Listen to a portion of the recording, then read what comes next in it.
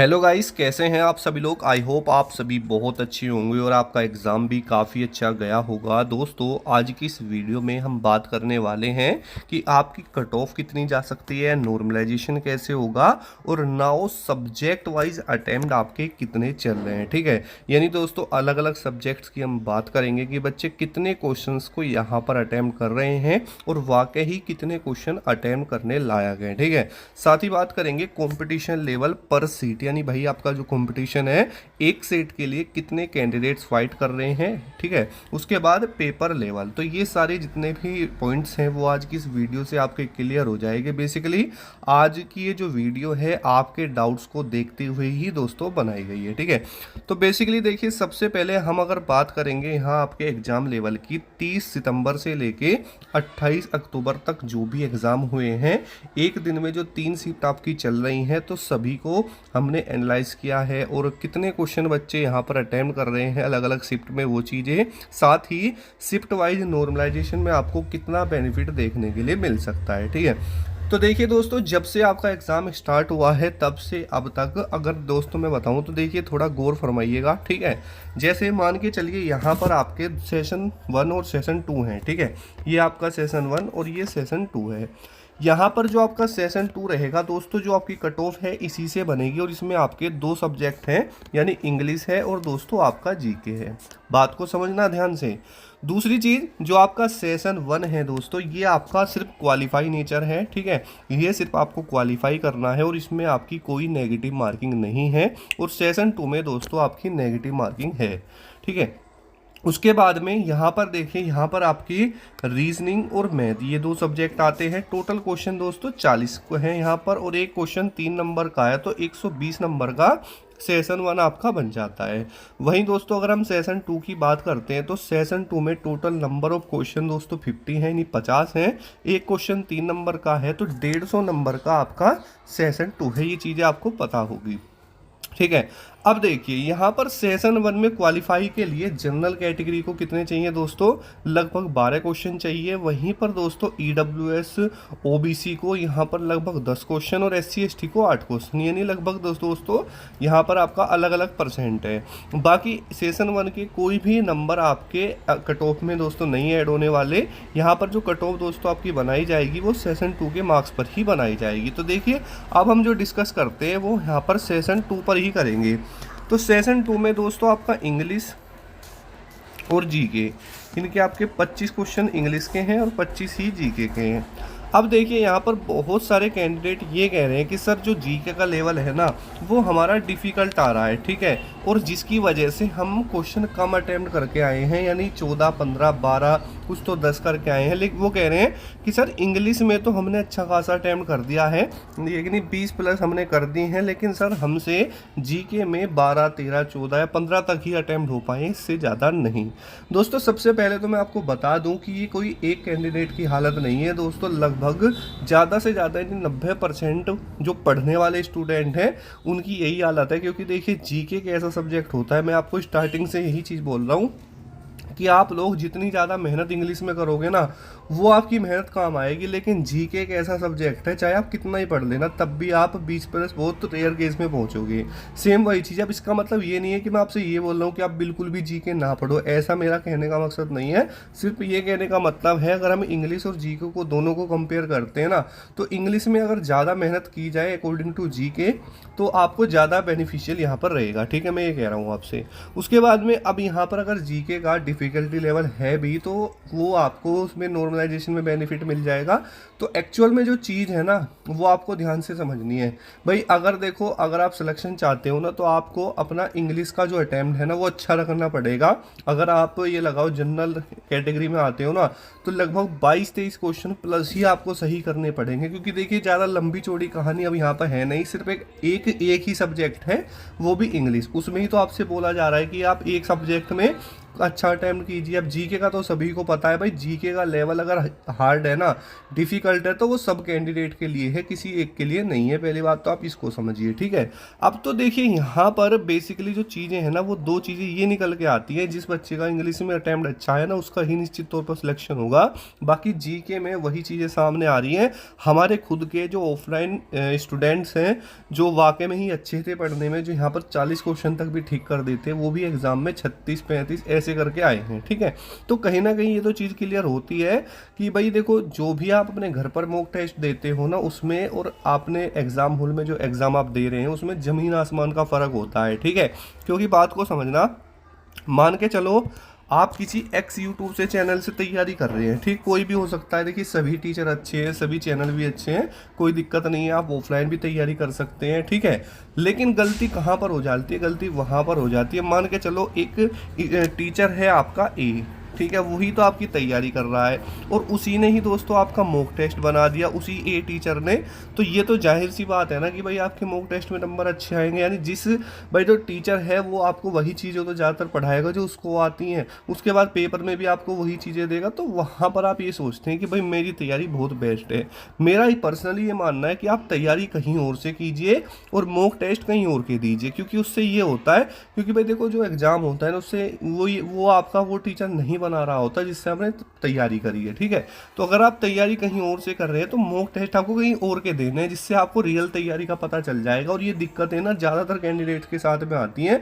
फिर वो बोलते हैं कि सर हमारे घर तो 40 क्वेश्चन ठीक हो जाते थे और पेपर में तो 30 ही हो रहे हैं। भाई वो गलती वही तो है कि आप जहाँ से तैयारी कर रहे थे वहीं के आप मॉक टेस्ट दे रहे हो, तो वो तो 40 के 40 सही आपके जो है 40 क्वेश्चन सही होने हैं 50 में से, ठीक है। तो ये आपको देखनी है चीज़ें। अगर आप आगे भी किसी एग्जाम की प्रिपरेशन कर रहे हो तो आपको मॉक टेस्ट ना किसी और प्लेटफॉर्म पे जाके देने हैं, ठीक है। टेक्स्ट बुक पे आप दे सकते हैं, ठीक है। तो इस तरीके से, जिससे आपकी रियल तैयारी आपको पता चलेगी। बेसिकली दोस्तों, तो अगर हम एग्ज़ाम लेवल की बात करें तो मॉडरेट टू डिफ़िकल्ट यही आपका एग्ज़ाम चल रहा है, और डिफ़िकल्ट की तरफ आपकी जीके दोस्तों जारी है। अगर इजी टू मॉडरेट की बात करें तो इंग्लिश आपका यहाँ पर है, ठीक है। तो कहीं ना कहीं जीके भाई सभी के लिए डिफ़िकल्ट है, एक कैंडिडेट के लिए नहीं है, ठीक है। लेकिन सिलेक्शन वो ले जाएगा जो कि दोस्तों इंग्लिश में कर लेगा। अब देखिए सब्जेक्ट वाइज मैं आपको अटेम्प्ट बताता हूँ इंग्लिश और जीके के। देखिए दोस्तों, सबसे पहले इंग्लिश की अगर मैं बात करूँ तो ज़्यादातर जो स्टूडेंट हैं ना, जो मुझे मिले हैं, वो लगभग 20 प्लस ही सही करके आकर मतलब अटैम्प्ट करके आ रहे हैं। लेकिन दोस्तों अटैम्प्ट करने में और क्वेश्चन को सही करने में ज़मीन आसमान का फ़र्क होता है, ठीक है। क्योंकि क्वेश्चन तो कोई भी कर देगा, क्योंकि वहाँ लिखना तो कुछ है नहीं, आपको टिकी तो करना है, लेकिन भाई वो सही भी तो होना चाहिए, ठीक है। तो बेसिकली दोस्तों अगर हम सेफ अटैम्प्ट की मैं बात करूँ तो लगभग 22-23 क्वेश्चन आपके सही होने चाहिए इंग्लिश के अंदर, तभी दोस्तों आप सिलेक्शन के पास पहुँच सकते हैं। अब आपको लगेगा इतने क्वेश्चन कैसे ठीक हो जाएंगे, ये है वो है, लेकिन भाई ये रियल चीज़ मैं आपको बता रहा हूँ, क्योंकि जीके के तो भरोसे आप जा नहीं सकते। तो बची इंग्लिश, तो एक ही तो सब्जेक्ट है भाई, कोई 4-5 सब्जेक्ट तो है नहीं, ठीक है। तो इंग्लिश में भाई इतना तो आपको करना ही पड़ेगा अगर आप यहाँ पर सेफ रहना चाहते हैं, ठीक है। उसके बाद में जीके की बात करें तो जीके में जो भी स्टूडेंट 15-16 क्वेश्चन सही कर रहा है, मेरे अकॉर्डिंग वो सेफ रहेगा। अब आपको कुछ भी लगे, ठीक है, आप कुछ भी बोल सकते हैं। अगर आप देखिए इनको ऐड भी करेंगे ना तो भी आपका डाटा वही बनता है, ठीक है। अगर आप 23 को और 16 को अगर ऐड करते हैं तो आपका 39 बनता है, ठीक है। और अगर 22 को और दोस्तों 15 को आप यहाँ पर ऐड कर लेते हैं तो 37 बनता है। तो वही आंकड़ा निकल के आता है 37-39 क्वेश्चन का, ठीक है। तो इतना तो भाई होना ही चाहिए, क्योंकि जीके पे तो विश्वास किया नहीं जा सकता, लेकिन हाँ इंग्लिश पे आप कर सकते हैं। अब देखिए कट ऑफ डिफरेंस जो आपके डिपेंड फैक्टर्स होते हैं उनको लेकर अगर मैं बात करूँ कि भाई जो कट ऑफ होती है ना, वो किन किन फैक्टर्स को देख के बनाई जाती है, तो सबसे पहली जो बात है भाई ध्यान से समझना, वो होता है आपका एग्जाम लेवल, ठीक है।